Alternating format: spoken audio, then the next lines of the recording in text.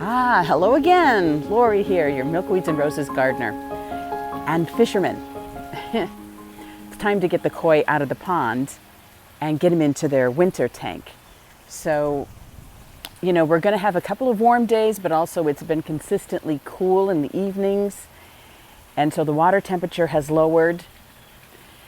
And the real reason is because they're coming to shut off our irrigation system, which means this pond would slowly dry up. So it's just better to be ahead of the game, and that's why it's time to get the fish out and be safe.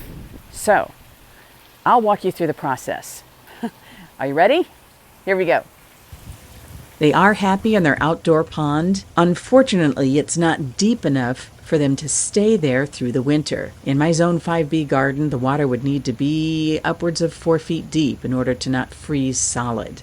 So my first step is to remove a lot of the floating water lettuce and water hyacinth. I had it there the night before where it stayed on the sides there, so all the little critters that were in there could maybe leap out. And then I put the nets in overnight. They stayed so they can just get accustomed to having them there so they don't freak out. Because I've learned over the years this isn't a process that can be rushed because it stresses them out and that impacts their health. Yeah, but they swim up and check out the nets. They become accustomed to them because they're there overnight. Now the temperature at this point was dropping to 50s, upper 50s. And koi become dormant or go into torpor where they don't eat. They are awake. They don't digest food. They don't move very much. It's almost a type of hibernation.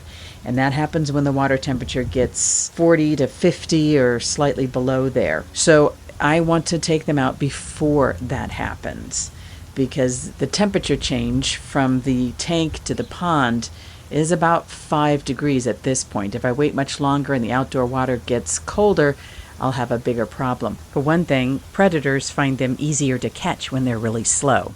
So when I put the pump in with a hose, I do make use of the water I'm draining here. Notice this is a pretty small circumference hose, so the water drains slowly. Again, that's so it doesn't stress the fish. I fill up buckets, which I use that water around the garden, in the rose garden, you name it. But I start off with the long thread to get it down to where the hydrangeas are, because I know they need water, they like water. And then I add it to the garden beds. Look how quickly it soaks in here once I add it.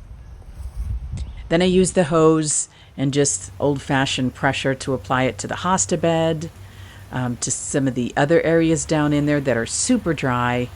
And again, here I am back over by the roses and some more hydrangeas. So nothing goes to waste.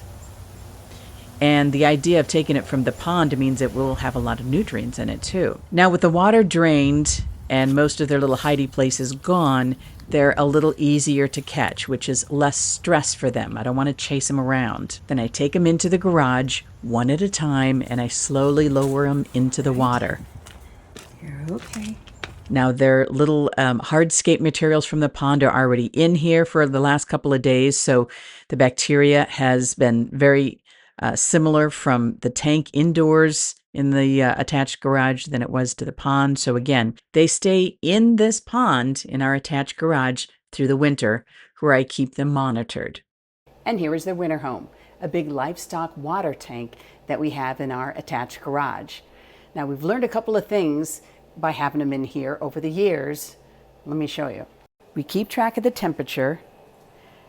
This is a little floating temperature gauge that you can get on Amazon. It's fairly cheap, but it shows that the temperature in here is about, well, it was just 75 degrees.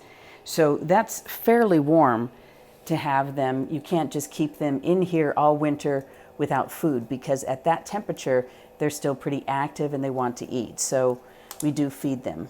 I get this floated in here. This is the other thing that we've also learned is to have this netting over the top. It's not about keeping things out. It's about keeping the fish in. And in the early years when we had them in here, sometimes for a variety of reasons, fish will jump. And I still remember coming home and finding one of our prized koi flopping around on the ground. So it was fine, but yeah, that was a lesson learned. We have to put a netting that we keep here stretched and attached over the top. And at this temperature, until it gets to be roughly upper 40s, the temperature in the water, we have to keep feeding them. Now we feed them very lightly.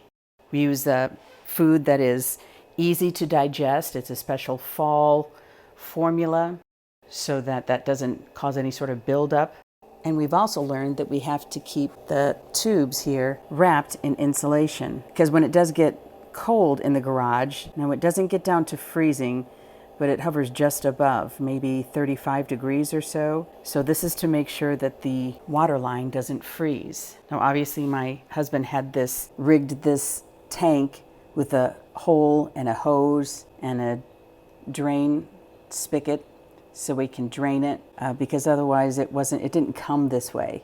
He built it this way. We just bought the steel tank at Fleet Farm. But it has worked pretty well, and we keep it on a bit of a cushion mat, an insulation mat, so it's not directly on the garage floor. And we've also learned, by the way, that when we clear the driveway of snow, we can't leave the garage door open. But we found if we close the garage door when we're removing snow from the driveway, that keeps the temperature here in the garage consistently above the freezing mark. So that's it for this episode of Milkweeds and Roses Gardener. I hope that you do subscribe and let me know what questions you have. I'll keep track of the fish for you, let you know how they're doing over the winter. We're in a bit of a warm snap right now. This weather has been so unpredictable, but at least I know they're safe and tucked away here, and I'll keep an eye on them, keep them fed, watch the water temperature, and wait for whatever's coming ahead. There's always work to do in the garden meanwhile, so I will see you very soon. Have a good one.